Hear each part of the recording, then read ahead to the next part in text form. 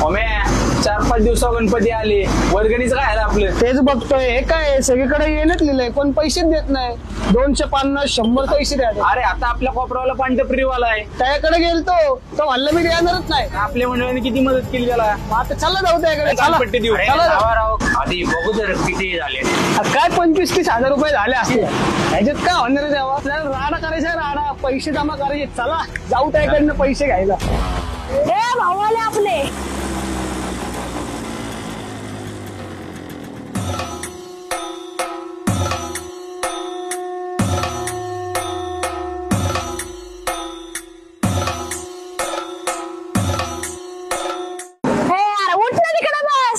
तुला माहिती आहे ना, गणपती 2-3 दिवसावर आलेत आणि काय तू सेटअपचं बोललो होतो ना मी तुला. अरे काय चाललंय तुझ्या फोनवर? काय नाही रे, जरा कामाची गडबड चालू आहे जरा. बरं तू बोल, काय म्हणतो बोल की. अरे ऐक ना, ते जरा आपलं 10 दिवस गणपतीला रांगोळीची ऑर्डर होती, तेवढं ऍडजस्ट करणार. बास का श्री, ज्वारी करणार नाही का आपण राव? चल मग जरा भाऊला भेटू. यावेळेस गणपतीच्या शेवटच्या दिवशी स्पीकर वाजला पाहिजे भाऊ. पैशांची चिंता, टेन्शन नॉट. आकडा बोला फक्त तुम्ही. बोल काय तुझं? ते तुम्हाला 10 दिवसाच्या रांगोळीचं बोललो होतं ना. रांगोळीचं पुढे कोण आहे?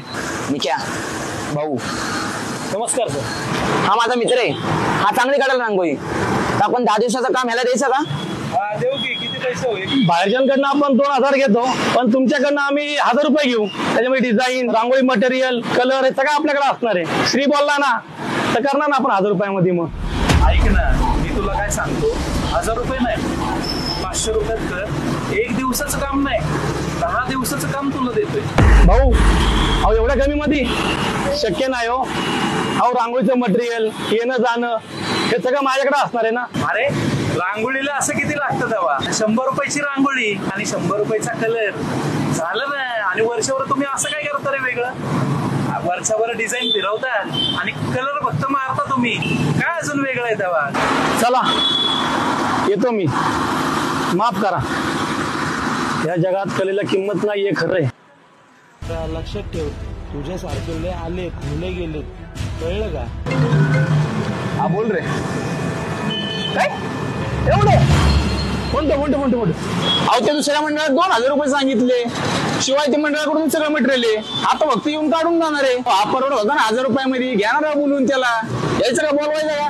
कलाकारांचे पोट हे त्यांच्या कलेवर अवलंबून असते आणि त्यांचा कुटुंब निर्वाह हा त्यांच्यावर चालतो.